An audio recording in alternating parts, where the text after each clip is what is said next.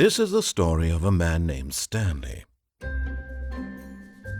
Stanley worked for a company in a big building where he was employee number 427.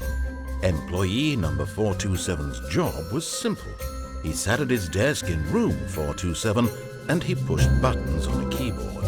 Orders came to him through a monitor on his desk, telling him what buttons to push, how long to push them, and in what order. This is what employee 427 did every day of every month of every year. And although others might have considered it soul-rending, Stanley relished every moment that the orders came in, as though he had been made exactly for this job. And Stanley was happy.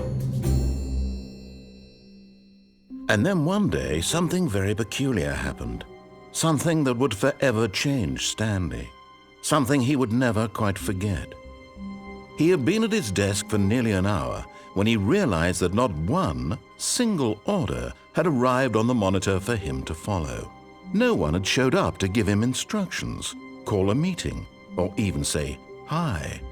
Never in all his years at the company had this happened, this complete isolation. Something was very clearly wrong. Shocked, frozen solid, Stanley found himself unable to move for the longest time. But as he came to his wits and regained his senses, he got up from his desk and stepped out of his office.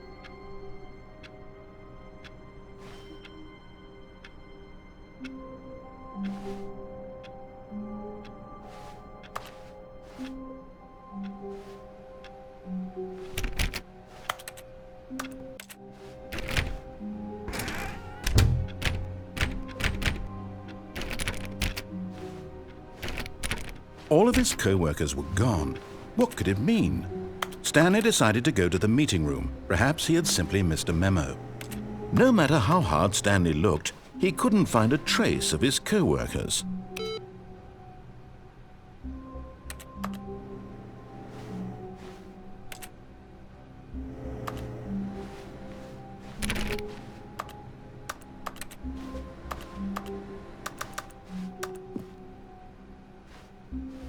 Stanley went around touching every little thing in the office, but it didn't make a single difference, nor did it advance the story in any way.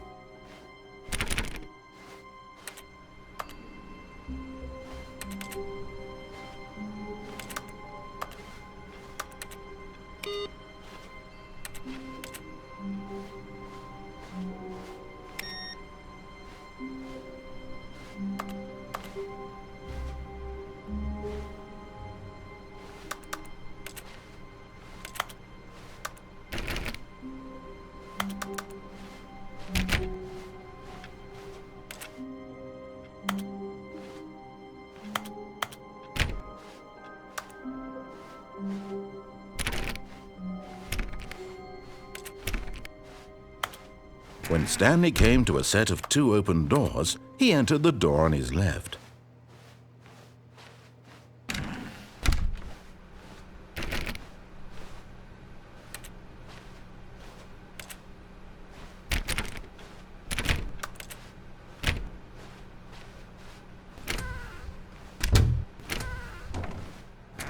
Yet there was not a single person here either.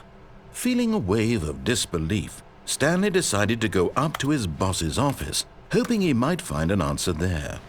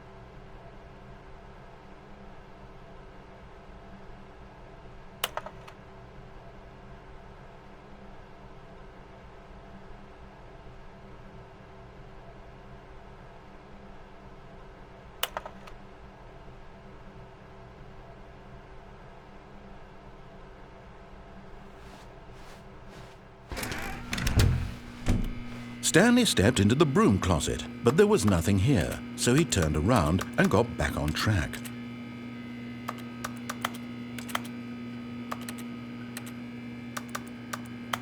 There was nothing here. No choice to make, no path to follow, just an empty broom closet. No reason to still be here.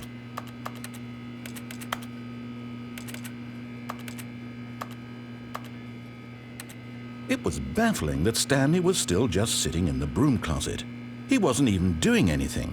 At least if there was something to interact with, he'd be justified in some way. As it is, he's literally just standing there doing sweet FA.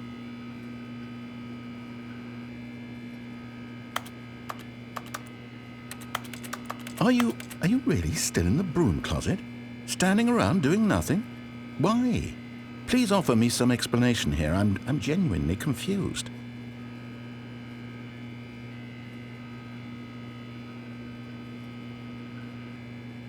You do realize there's no choice or anything in here, right? If I'd said Stanley walked past the broom closet, at least you would have had a reason for exploring it to find out. But it didn't even occur to me because literally this closet is of absolutely no significance to the story whatsoever. I never would have thought to mention it.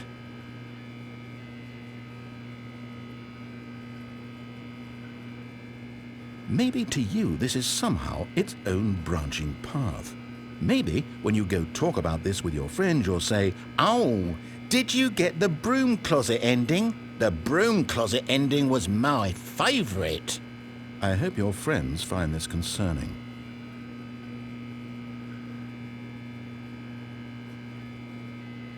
Stanley was fat and ugly and really stupid. He probably only got the job because of a family connection. That's how stupid he is. That or with drug money. Also, Stanley is addicted to drugs and hookers.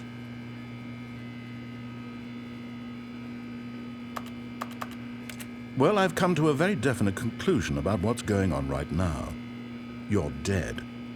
You got to this broom closet, explored it a bit, and were just about to leave because there's nothing here, when a physical malady of some sort shut down your central nervous system and you collapsed in front of your screen. Well, in a situation like this, the responsible thing is to alert someone nearby so as to ensure that your body is taken care of before it begins to decompose. Hello? Anyone who happens to be nearby? The person at this computer is dead. They have fallen prey to any number of your countless human physiological vulnerabilities. It's indicative of the long-term sustainability of your species. Please remove their corpse from the area and instruct another human to take their place, making sure they understand basic first-person video game mechanics and filling them in on the history of narrative tropes in video gaming, so that the irony and insightful commentary of this game is not lost on them. All right, when you've done that, just step out into the hallway. Ah, second player. It's good to have you on board. I guarantee. Coming to a staircase, Stanley walked upstairs to his boss's office.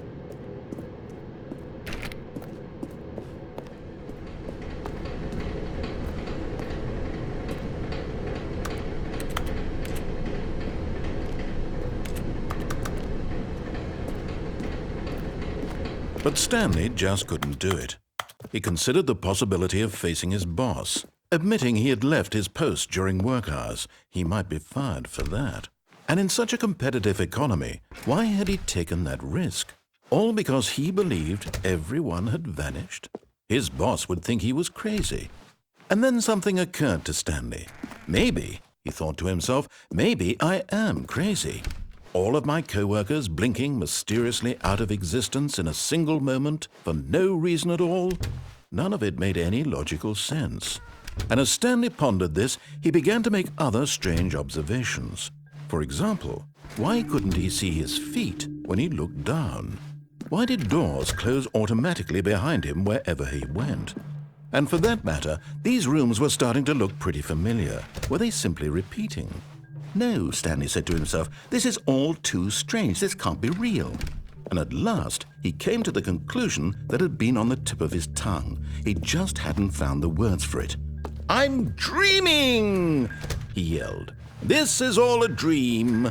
Oh, What a relief Stanley felt to have finally found an answer, an explanation. His co-workers weren't actually gone. He wasn't going to lose his job. He wasn't crazy after all. And he thought to himself, I suppose I'll wake up soon. I'll have to go back to my boring real-life job pushing buttons. I may as well enjoy this while I'm still lucid. So he imagined himself flying and began to gently float above the ground.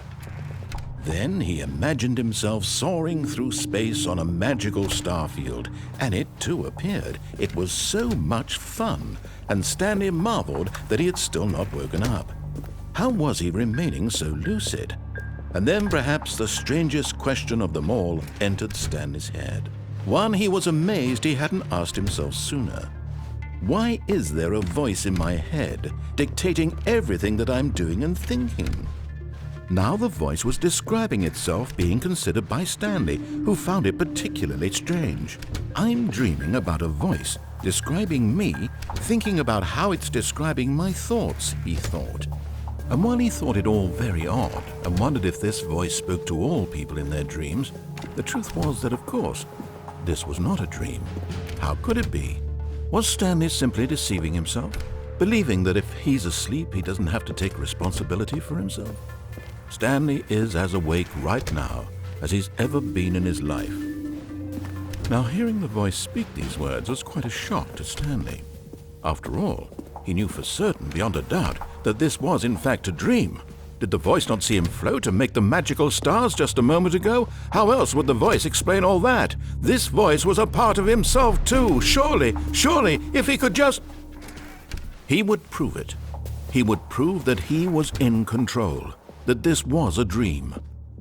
So he closed his eyes gently, and he invited himself to wake up.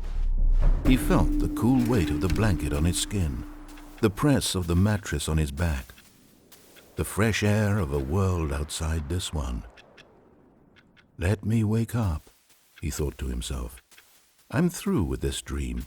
I wish it to be over. Let me go back to my job. Let me continue pushing the buttons. Please, it's all I want. I want my apartment and my wife and my job. All I want is my life exactly the way it's always been. My life is normal. I am normal.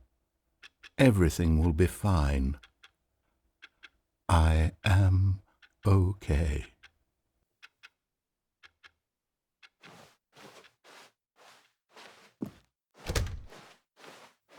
Stanley began screaming. Please, someone, wake me up. My name is Stanley. I have a boss. I have an office. I am real. Please, just someone tell me I am real. I must be real. I must be. Can anyone hear my voice? Who am I? Who am I? And everything went black.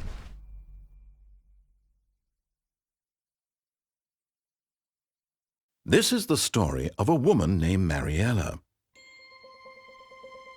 Mariella woke up on a day like any other.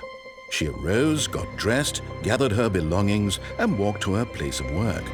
But on this particular day, her walk was interrupted by the body of a man who had stumbled through town talking and screaming to himself, and then collapsed dead on the sidewalk. And although she would soon turn to go call for an ambulance, for just a few brief moments she considered the strange man. He was obviously crazy, this much she knew. Everyone knows what crazy people look like.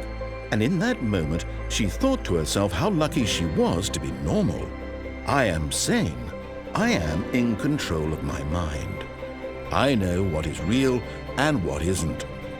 It was comforting to think this, and in a certain way, seeing this man made her feel better.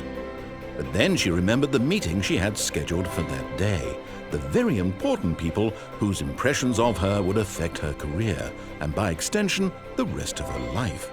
She had no time for this, so it was only a moment that she stood there, staring down at the body. And then she turned and ran.